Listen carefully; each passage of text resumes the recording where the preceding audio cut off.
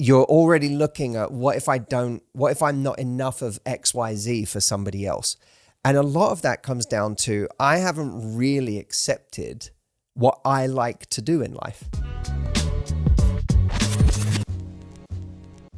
We actually went out to our Love Life members and asked them to send in their questions, and they did. So we're going to do this every episode, aren't we? We're going to go out to our Love Life members, get them to send in some questions, and we're going to pick some questions to answer live on the show. Who do we have today? We have the lovely Karen, and Karen sent in a voice note. Hey Matthew, Stephen and Audrey. So my question is, if my usual type is someone who's similar to me, but also for a bit of balance, someone who complements me, so maybe someone who's outgoing and outdoorsy and sporty, things that I'm not so much of, but should I date them if the things that make them different to me or that balance me out are things that would actually intimidate me and things that would make me just a bit insecure all the time because I might not be exactly what they're looking for? Interesting question. And that was from Karen. It's an interesting framing, that question, Karen, because you didn't say, I happen to think one of the great joys of a relationship is that you introduce each other to new worlds, sometimes new experiences, new ways of thinking. That can be a very beautiful thing. And of course, some aspects of that are easier than others. If you come with a different set of movies that you love, and I get exposed to, French cinema, and I go, that's lovely. Yes, amazing. That's not something that necessarily challenges me other than to just say yes to something new. There are other qualities someone can have that may well challenge you if they move through a party a little easier than you do, if they are more in touch with their feelings than you are. And that invites you out of yourself, or into yourself, might be a better way of putting it, to have to express yourself more in order to speak that language with a person. If so long as you are willing to go there, that can be one of the greatest experiences you'll ever have. And I think that's part of the magic of a relationship, is that 1 + 1 = 3 of it all. You expand as a result. The framing of it, Karen, was, what if it makes me a bit insecure all of the time? And that seems to me like a bit of a telltale sign of something not being right. Either not being right within ourselves or not being right in their level of acceptance of us. Because, okay, let's think of some things that could make us a bit insecure all the time. Okay, a not so great one is they're a massive flirt with everyone. And you are equating, instead of saying I'm an introvert and they're more of an extrovert, which can work in relationships, that's not the same thing as I'm an introvert and they're a massive flirt. That's not a difference that we're necessarily, that's not a difference that you'd look at and go, I'm the problem because I'm intimidated by this. It's a difference where you go, well, maybe this isn't a reflection of their extroversion. It's a reflection of, we have different values.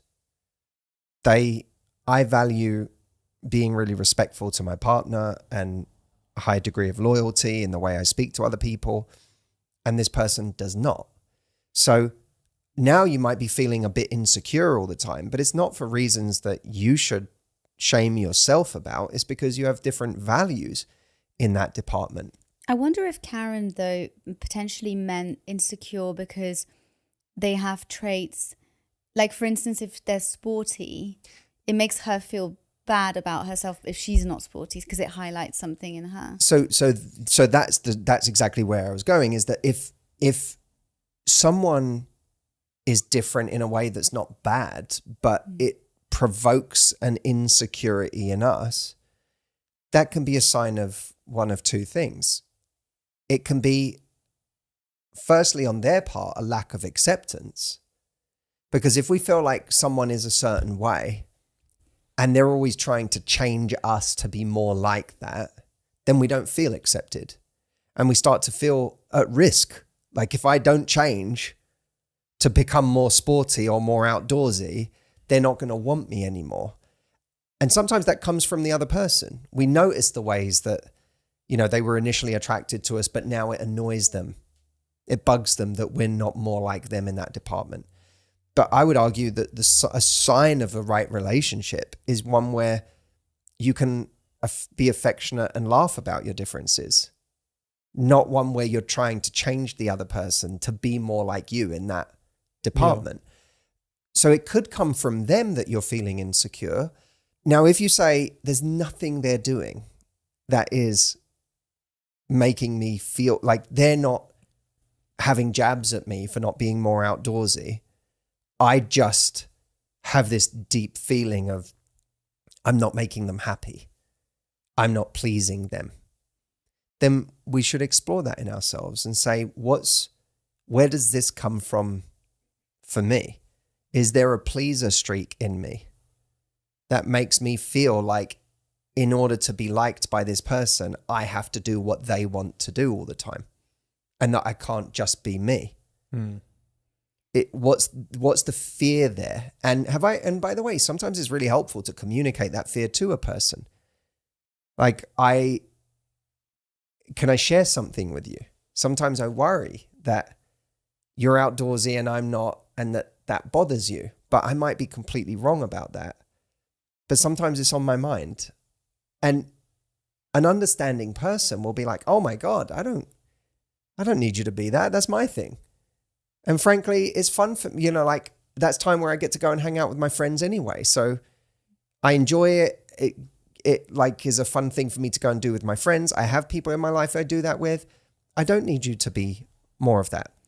Yeah. If we still feel insecure at the end of that, then we have to say, okay, so there's a pattern here in me that is constantly feeling uneasy with doing something, with essentially leaning into who I am. That I have some kind, for me, Karen, when I listen to you, what I get a little bit of is a lack of self-acceptance of the way you are, that is like already getting insecure about a relationship that hasn't happened yet.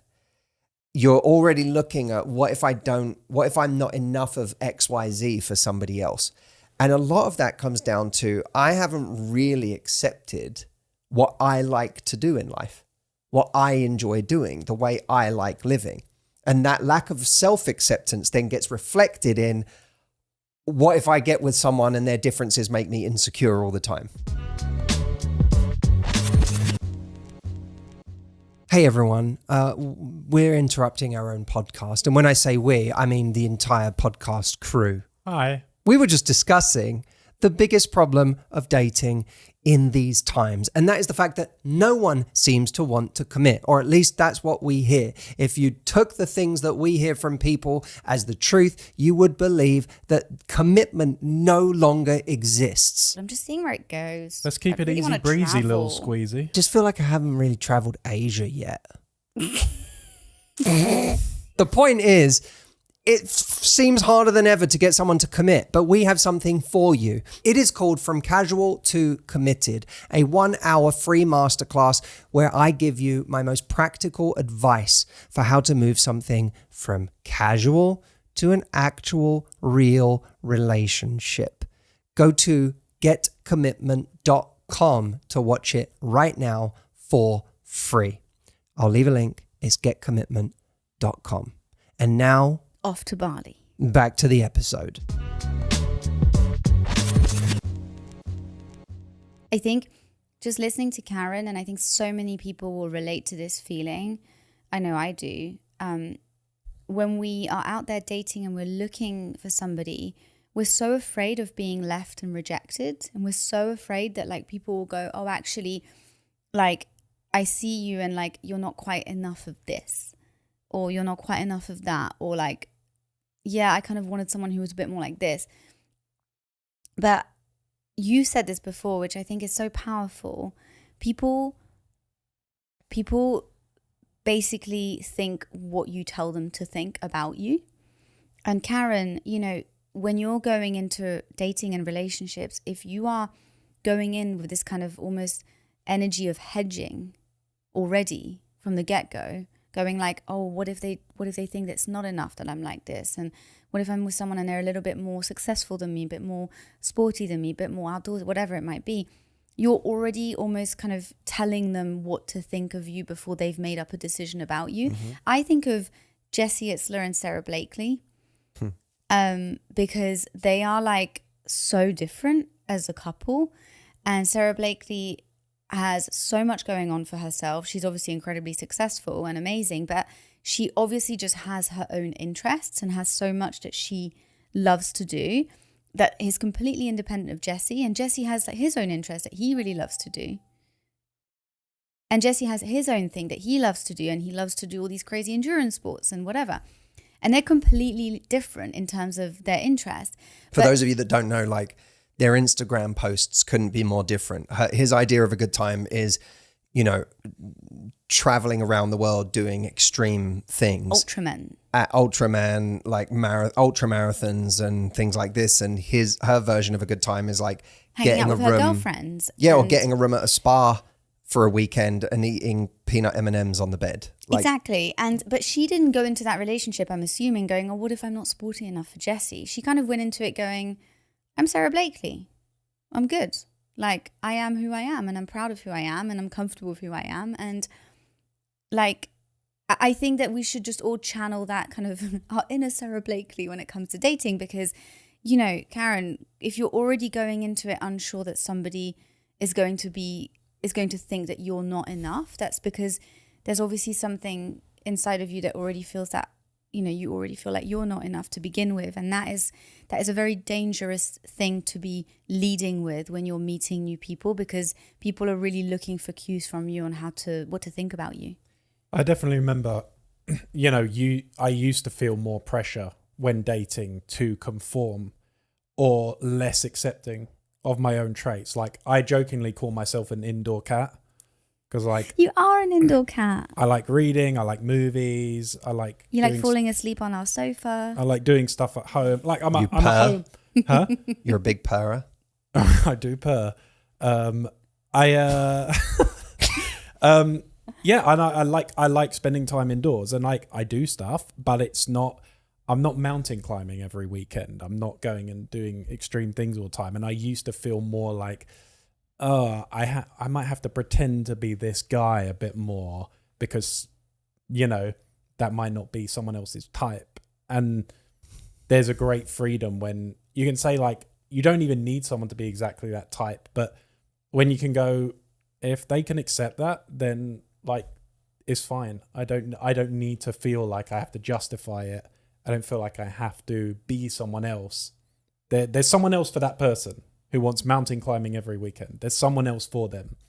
And when you can just kind of embrace that and let it go, it's very, very freeing. And I do agree that, yeah, there's times when it's good to say yes to the unknown. Like some relationships make you a bit more vulnerable because this is asking me to grow a bit more or to try something I haven't tried, or this person's a bit more adventurous and let's try that. But again, I come back to the relational thing. How do they make you feel about your preferences? How accepting are they of who you are? How much do they try and change you?